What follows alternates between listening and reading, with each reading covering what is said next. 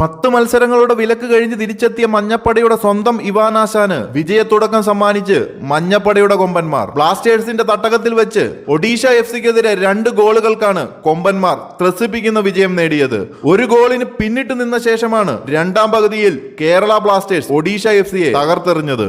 വിജയം അത് ആഘോഷിക്കാനുള്ളത് തന്നെയാണ്. എന്നാൽ കേരള ബ്ലാസ്റ്റേഴ്സ് ഒഡീഷ എഫ്സി മത്സരം ഒന്ന് വിലയിരുത്തുകയാണെങ്കിൽ ബ്ലാസ്റ്റേഴ്സിന്റെ കളിക്കളത്തിലെ പ്രകടനം തീർത്തും ദയനീയമെന്ന് തന്നെ പറയാം. ആദ്യ പകുതിയിലുടനീളം ബ്ലാസ്റ്റേഴ്സ് താരങ്ങൾ ഒഡീഷ എഫ്സിയുടെ ഗോൾ മുഖത്തേക്ക് പാഞ്ഞെടുത്തെങ്കിലും ഒരു ഗോൾ നേടാൻ മാത്രം സാധിച്ചില്ല. ആദ്യ പകുതിയിൽ തന്നെ 12ഓളം അറ്റംപ്റ്റുകൾ നടത്തിയ ബ്ലാസ്റ്റേഴ്സ്, അതിൽ തന്നെ ഗോൾ ഉറപ്പായ നിരവധി ശ്രമങ്ങൾ, എന്നാൽ നല്ലൊരു ഫിനിഷിംഗ് ബ്ലാസ്റ്റേഴ്സിന്റെ താരങ്ങൾക്ക് സാധിച്ചില്ല. ആദ്യ പകുതിയിൽ ഇത് തന്നെയായിരുന്നു കേരള ബ്ലാസ്റ്റേഴ്സിന്റെ ഏറ്റവും വലിയ പോരായ്മയും.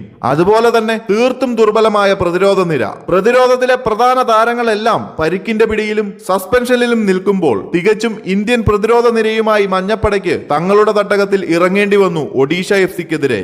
പ്രതിരോധത്തിലെ കുറവ് തന്നെയാണ് കളി തുടങ്ങി 15-ാം മിനിറ്റിൽ ഒഡീഷയുടെ ഗൊഡാഡ് വലതുവിങ്ങിൽ നിന്ന് നൽകിയ മനോഹരമായ ത്രൂ ബോൾ മൗറിഷോയ്ക്ക് ഗോളാക്കി മാറ്റാൻ സാധിച്ചത്. എന്നാൽ ബ്ലാസ്റ്റേഴ്സിന്റെ പ്രതിരോധം ദുർബലമായി നിന്നപ്പോൾ സച്ചിൻ സുരേഷ് ഗോൾ വലയ്ക്ക് മുന്നിൽ ചിറകു വിരിച്ചു നിന്നു. തന്റെ മികവ് വീണ്ടും തെളിയിക്കുന്നതായിരുന്നു സച്ചിൻ സുരേഷിന്റെ ഇന്നലത്തെ പ്രകടനം.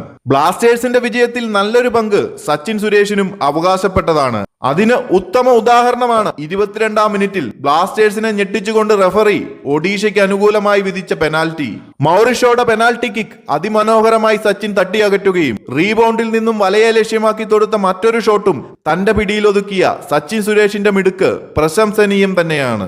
ആദ്യ പകുതിയിൽ മഞ്ഞപ്പടയുടെ താരങ്ങളുടെ ഫിനിഷിംഗിലെ കുറവ് ഒഡീഷയ്ക്ക് ഒരു ഗോളിന്റെ ലീഡ് നൽകി. മത്സരം ഏതാണ്ട് കൈവിട്ടു പോകുമെന്ന അവസ്ഥ. ഒരു സമനിലയെങ്കിലും കിട്ടിയാൽ മതിയെന്ന് വരെ ചിന്തിച്ച നിമിഷങ്ങൾ.